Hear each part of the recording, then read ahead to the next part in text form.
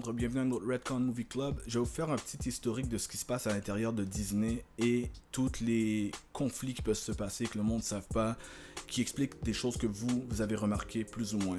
Premièrement, il y a Kevin Feige qui est le président de Marvel, vous le savez. Il y a aussi Kathleen Kennedy qui est la présidente de Lucasfilm. Et en haut, on avait Bob Iger, qui est celui qui a d'ailleurs fait toutes les démarches pour acquérir ces deux grosses compagnies. En plus d'avoir tout ce que le reste que Disney a commencé à faire, comme pas juste avoir Pixar, mais aussi avoir Disney Animation Studio en même temps et d'adapter tout ce qui est leur classique d'animation en vrai. C'est toutes des choses qui font que la compagnie a commencé à faire quadrupler leur montant d'argent.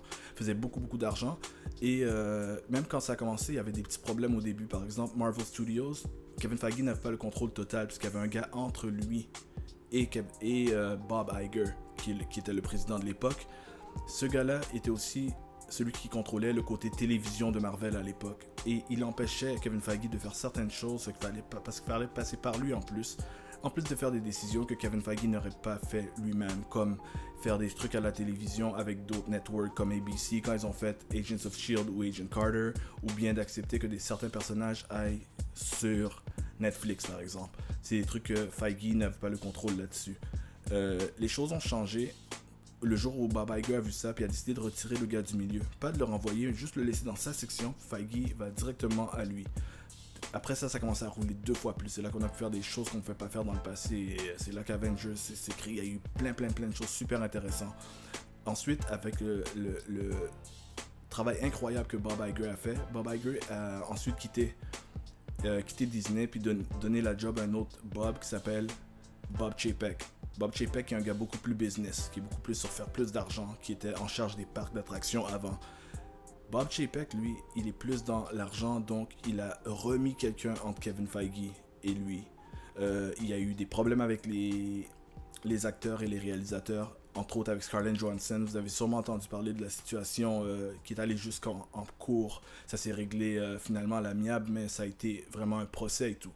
Donc, en ce moment, les choses ont changé. Il y a un nouveau gars qui est en charge du marketing qui n'est pas Kevin Feige, donc il n'a pas le contrôle qu'il avait. Il y a certains contrôles, il a beaucoup de contrôle, mais il n'a pas la totalité du contrôle.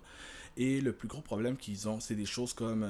il est plus en charge maintenant de tout le marketing à 100%. Donc des fois, Kevin Feige ne sera pas heureux de comment un preview a été présenté. Il y a maintenant beaucoup de spoilers qui sortent dans les previews. C'est à cause que le marketing veut être sûr de faire de l'argent. Exemple parfait, Doctor Strange.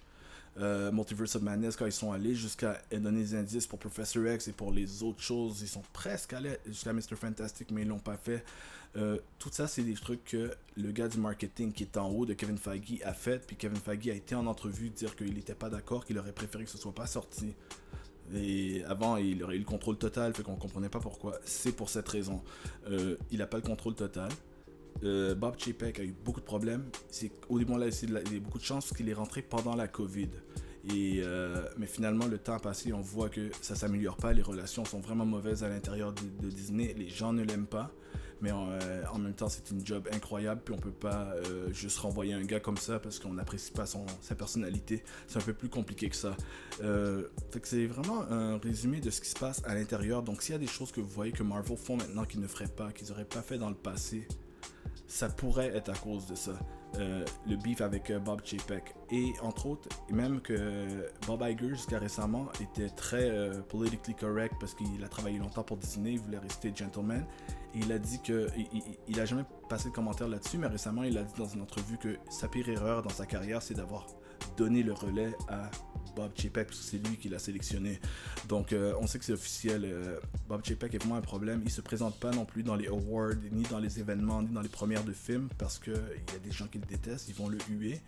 Mais même à ça, il se présente pas. Il supporte pour présenter pour ses artistes. Écoute, il y a plein de problèmes, il y a des comments sur les Twitter qui se passent. Donc voilà mon historique de l'évolution de la chose. Mais ça s'annonce quand même très bien pour les projets. Je vais finir sur une note positive parce que Lucasfilm a beaucoup de projets intéressants, Marvel Studios a beaucoup de projets intéressants et Kevin Feige est maintenant le président de tout Marvel et pas juste studio, donc pas juste les films. C'est pour ça que c'est lui qui s'occupe des émissions aussi, mais il est aussi le président des comics, donc il a un contrôle total par rapport à ça. Encore une fois, pas la totalité, mais total pareil. Donc je vous laisse là-dessus. Et si vous avez des commentaires là-dessus, qu'est-ce que vous pensez de ce qui se passe à l'intérieur, puis est-ce que vous avez remarqué les différences? Laissez-moi savoir. Alright, je vous laisse. Peace.